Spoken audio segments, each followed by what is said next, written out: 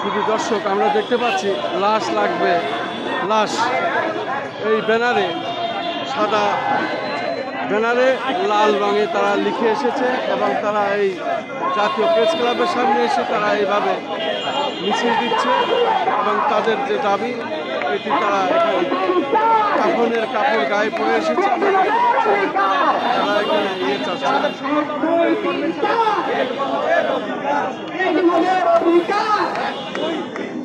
এরা আসলো কোথার থেকে আমি জানি। ও আচ্ছা,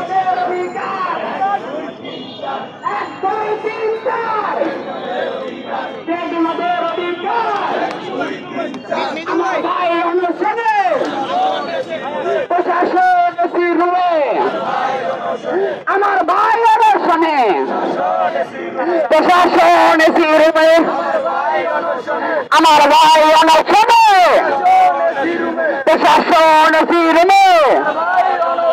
আমার ভাই অনশনে, আমাদের সংগ্রাম চলবে, আমাদের সংগ্রাম। আমরা এখানে প্রায় 3 মাস ধরে আন্দোলন করছি এবং এই জায়গাটাও আমাদের অনেক একটা ঐতিহাসিক জায়গা হয়ে গেছে। এই 3 মাসের আন্দোলনে আমরা আসলে যেটা বলতে চাই, প্রায় গত 48 ঘন্টা হয়ে গেছে।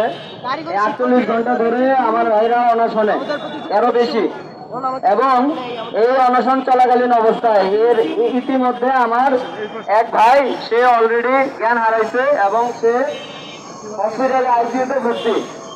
তাই আমাদের এখনো পর্যন্ত প্রশাসনের আপনারা কি চাচ্ছেন? আর জাতীয় প্রেস ক্লাবের সামনে আপনারা ছাত্ররা যেভাবে মানববন্ধন করছেন, আপনারা কি মূল দাবিটা কি? নাম পরিচয় দিয়ে বলুন। আসসালামু আলাইকুম, আমার নাম রাফিদুল ইসলাম সিফাত। জোরে বলেন। আসসালামু আলাইকুম, আমার নাম রাফিদুল ইসলাম সিফাত। আমি এসেছি বরিশাল ইঞ্জিনিয়ারিং কলেজ থেকে।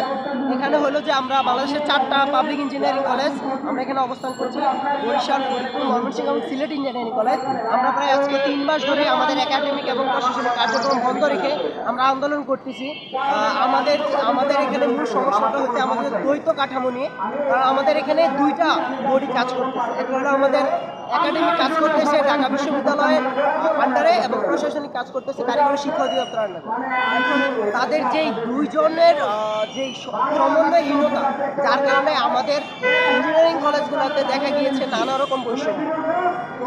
যে বৈষম্য নিরসনে আমরা প্রায় 3 মাস ধরে আন্দোলন করতেছি এবং আমরা গত 27 তারিখ ঢাকা এসেছিলাম। এসে প্রায় আন্দোলন করেছি এখানে প্রেস ক্লাবের সামনে। পুলিশ আমাদের উপর লাঠিচার্জ করে এবং আমরা 31 তারিখ পর্যন্ত ঢাকা থাকি। 31 তারিখ ঢাকা বিশ্ববিদ্যালয় মজদুর ক্যান্টিনে বসে আমরা একটা বিজ্ঞপ্তি দিই বা আমরা একটা সংবাদ সম্মেলন করি, যেটা হলো যে 9 দিনের আমরা একটা আলটিমেটাম দিই আমাদের দাবি মেনে নেওয়ার জন্য।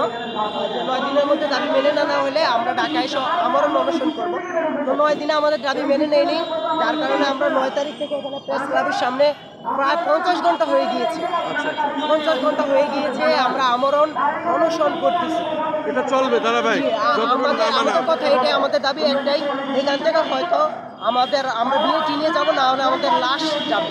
বর্তমানে আমাদের অনেক ভাইরা হাসপাতালে ভর্তি আছে, অনেকের জ্ঞান এখনো ফিরে নেই, সেন্সলেস। তাদের অবস্থা পরবর্তীতে কী হয় জানি না। তারপরেও আমরা থামবো না। আমাদের দাবি একটাই, বিএটি নিশ্চিত করতে হবে।